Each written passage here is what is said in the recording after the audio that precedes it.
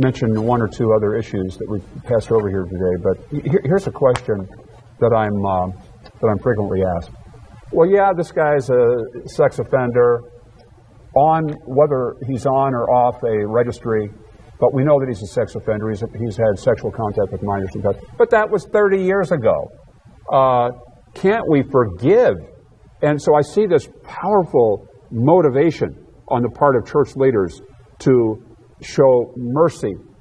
How can we hold this against him? It was 30 years ago. Well, let me answer that. And it deals with the definition of pedophile. There is so much confusion with regard to that definition.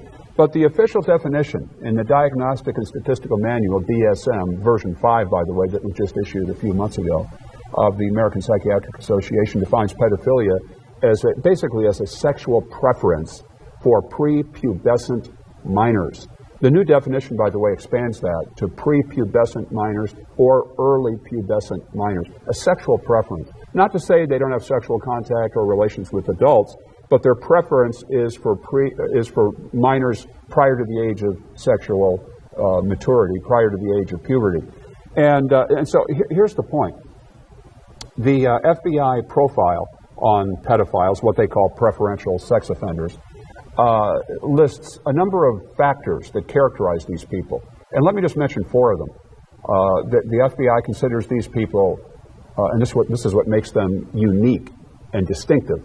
They're promiscuous, with the average number of individual victims, not the same victim multiple times, 117 over the course of a life. Some of them, thousands. So promiscuity. Number two, predatory behavior. They're constantly looking for victims. Their behavior, they eat, live, think, dream, sleep, thinking about how can I access victims. Predatory. Number three, incurable. No known case in medical history where such a person has been cured from this orientation. They can be controlled, but not cured, kind of like alcoholism.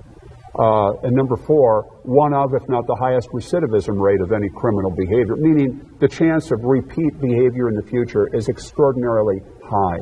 So the point is this, given these characteristics, pedophiles are kind of a unique, they're a toxic, they're a nuclear risk to the church. So certainly somebody who had molested an 8-year-old 30 years ago, does that mean we can show mercy today?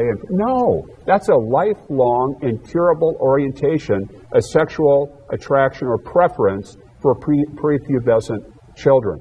So you need to keep that in mind here. What are the ages of the victims? And if you're looking at potentially prepubescent children, it doesn't make any difference how long ago those offenses occurred.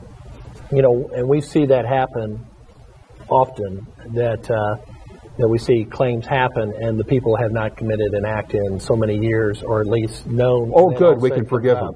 Yeah.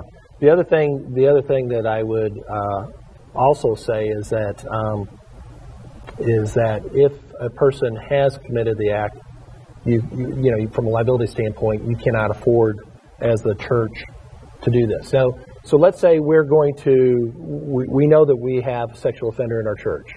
So we're going to either, I believe, do a total exclusion, which only 3% of the churches do. And it's appropriate, as we said, in a couple of cases. But most churches, unfortunately, do nothing, but we're really going to come up with a